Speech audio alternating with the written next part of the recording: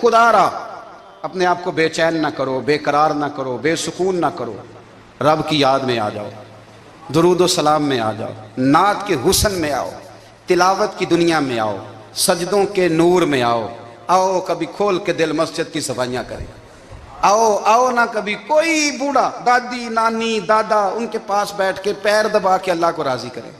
یہ کیف والی جگہ ہیں، یہ سرور والی جگہ۔ اتنی بے چین ہماری زندگی ہے، بے قرار ہے، تڑپتے ہوئے لوگ، لڑتے ہوئے لوگ، ایسے لگتا ہے ابھی ایک دوسرے کا گریبان تھام لیں گے، بے قرار بے چین۔ کسی کو انتظار کا کہا جانا کہ 10-20 منٹ کسی کا انتظار کرو، تو بعض لوگ مجھے ایسے لگتا ہے جیسے ان کا کلیجہ پھٹ جائے گا، ڈاکٹر کے انتظار میں بیٹھے ہیں تو بڑے پریشان ہیں۔ کسی کو ملنے گئے ہیں کو آدھا گھنٹہ بیٹھنا پڑ گیا تو بڑی دقت میں ہیں۔ اپنے آپ کو سکون دیں۔ آپ یقین کریں بڑا مزہ آتا ہے، کبھی کسی کا انتظار کرنا پڑے تو 2-4 تسبیح درود شریف پڑھی جاتی ہے، یعنی ذوق بن جاتا ہے کہ چلو اللہ نے موقع دیا ہے، کوئی سرکار کو یاد کر لیں، تنہائی مل گئی۔ ہمارا مزاج جس سختی کا شکار ہے، وہ سختی آہستہ آہستہ ہمیں زیادہ آزمائش میں ڈال گئی۔ تو میرے بھائی، زندگی میں اطمینان حسن ہے، اور وہ سب سے زیادہ اللہ کی یاد میں ملتا ہے، وہ سب سے زیادہ رب کریم کے ذکر میں۔ سب سے زیادہ جو چاہتا ہے نا دل ٹھنڈا رہے، زبان میٹھی رہے، وہ مدینے والے محبوب پہ درود و سلام پڑھا کرے، وہ حضور پہ درود و سلام پڑھا کرے، زبان میٹھی رہے گی۔ میرا ذاتی تجربہ ہے کہ جو آدمی اپنے اخلاق سنوارنا چاہے وہ حضور پہ درود شریف پڑھے، جو اپنے اخلاق سنوارنا چاہے، طبیعت کو ٹھنڈا رکھنا چاہے، وہ درود شریف پڑھے، اس کا دل سکون میں آئے گا۔ کچھ کام اور ہیں زندگی میں اطمینان کے لیے، ان کا ہونا بھی بڑا ضروری ہے۔ سب سے پہلے اگر آپ چاہتے ہیں نا زندگی میں سکون ہو تو حقیقتوں کا سامنا کرنا سیکھیں۔ آپ جو ہیں وہ رہنا سیکھیں، جو آپ نہیں ہیں وہ بننے کی کوشش نہ کریں۔ حقیقت کا سامنا کرو گے تو زندگی اطمینان میں آ جائے۔ ہم نے نا بہانے بنا لیے ہیں، ہیلے بنا لیے، جھوٹ کے سہارے اپنے آپ کو اونچا کر لیا۔ ایک آدمی سے کہا جاتا ہے تو رشوت نہ لے، تو کہتا ہے میں غریبوں سے نہیں لیتا۔ تو میرا سوال یہ ہے کہ امیروں کا حساب لینے کی اللہ نے تیری ڈیوٹی لگائی ہے، تیرے ذمہ لگایا ہے کہ تو امیروں کا حساب کر، تمہیں کیا ضرورت پڑی ہے؟ ہم نا بہانہ کرتے ہیں، رشوت لینے والے کا الگ بہانہ ہے اور سفارش والے کا الگ بہانہ ہے۔ حقیقت کا سامنا کریں، حقیقت کا۔ جو میرے ذمہ داریاں ہیں وہ میں نے پوری کرنی، جو آپ کی ذمہ داریاں ہیں وہ آپ جان نہ چھڑائیں، حقیقت پسند بنیں۔ میرے رسول کریم، پھر پڑھیے درود شریف صلی اللہ تعالی علیہ وسلم۔ حضور صلی اللہ علیہ وسلم نے فرمایا کہ میری بیٹی سیدہ فاطمہ الزہرا رضی اللہ تعالی عنہا صرف جنتی نہیں، جنتی عورتوں کی سردار ہے۔ لیکن حضور نے یہ بھی فرمایا کہ فاطمہ یہ خیال رکھنا اگر اللہ نے حساب پوچھا تو حساب تم نے خود دینا ہے۔ حقیقت کی طرف توجہ کرائی حضور نے، وہ صرف جنتی نہیں، جنتی عورتوں کی سردار ہیں، پر حقیقت کی جانب توجہ۔ میں حقیقت یہ ہے کہ اگر مالک نے حساب پوچھا تو اس کی تیاری بھی کرنی ہے۔ دیکھیں نا، ہمیں کچھ یقین نہیں، اللہ معاف کرے کہ ہمارا حساب کیسا ہوگا، لیکن کتنے آزاد ہیں۔ یعنی بڑی دلیری سے بندے کہتے ہیں فجر نہیں پڑھتا جی، 3 پڑھتا ہوں جی، عشاء رہ جاتی ہے جی، کپڑے صاف، بڑی دلیری سے۔ اور سیدہ فاطمہ الزہرا نے ساری رات مصلی باز رکھا ہے، حالانکہ انہیں یقین تھا کہ رب مجھے بغیر حساب کتاب جنت دے گا۔ حقیقت کا سامنا کریں، جو حقوق آپ کے ہیں وہ آپ نے ادا کرنے ہیں، جو ذمہ داریاں ہیں وہ ذمہ داریاں ہیں۔ دیکھیں نا، حضرت موسیٰ کلیم اللہ علیہ السلام کے پاس اسرائیل روح نکالنے آئے تو حضرت موسیٰ نے تھپڑ مارا، آنکھ نکال دی، واپس گئے۔ اللہ انہوں نے تو جلال فرمایا ہے، کہا موسیٰ علیہ السلام سے کہیے بیل کی پشت پر ہاتھ رکھیں، جتنے بال ان کے دست مبارک کے نیچے آئیں گے اتنے 1000 سال ان کی عمر بڑھا دی جائے گی۔ یعنی میرے کان میں کوئی بتا دے کہ جناب 60 سال بڑھ گئی، یا آپ کے کان میں کوئی کہہ دے تو خوشی ہوتی ہے کہ نہیں؟ لیکن یہ حقیقت پسندی نہیں، اس لیے کہ 60 بھی گزر جائیں گے، 70 بھی، یہ حقیقت نہیں۔ حضرت موسیٰ کلیم، چلے میں مثال دیتا ہوں، سمجھ لے 10 بال، حالانکہ بہت زیادہ آتے ہوں گے، 10 بال اگر حضرت موسیٰ کے ہاتھ کے نیچے آئے تو 10,000 سال تو عمر بڑھ گئی نا۔ 10 یعنی 10 سال نہیں، 10 100 نہیں، 10 بہت زیادہ تھی نا۔ تو حضرت موسیٰ کلیم اللہ علیہ السلام سے آ کے عرض کیا گیا، حضور بیل کی پشت پر ہاتھ رکھیں، جتنے آپ کے ہاتھ کے نیچے بال آئیں گے اتنے 1000 سال عمر بڑھ جائے گی۔ تو حضرت موسیٰ نے حقیقت پسندی والی بات کی، فرمایا پھر کیا ہوگا؟ 10,000 سال کے بعد پھر کیا ہوگا؟ کہا حضور جانا تو پھر بھی ہے، فرمایا پھر ابھی چلتے ہیں۔ اگر جانا ہے نا، جانا ہے تو پھر اگر جانا ہے تو پھر ابھی، اور سجنوں اگر نماز پڑھنی ہے تو ابھی کیوں نہیں؟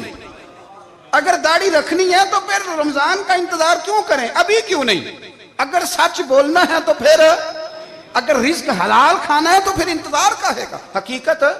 حقیقت ہوتی ہے، بہانہ ہوتا ہے، حقیقت چھپ نہیں سکتی بناوٹ کے اصولوں سے، کیونکہ خوشبو آ نہیں سکتی کبھی کاغذ کے پھولوں سے۔ یہ بات یاد رکھیں، اگر جانا ہے تو حضرت کلیم فرمانے لگے پھر 10,000 سال کے بعد بھی جانا ہے تو آج بھی۔ ہمیں بے قراری زندگی میں اس لیے کہ ہم حقیقت پسند نہیں، ہم بہانوں میں، ہم ہواؤں میں جیتے ہیں، ہواؤں میں، خیالات میں زندگی گزارتے ہیں۔ بڑا ٹائم پڑا ہے، مثلاً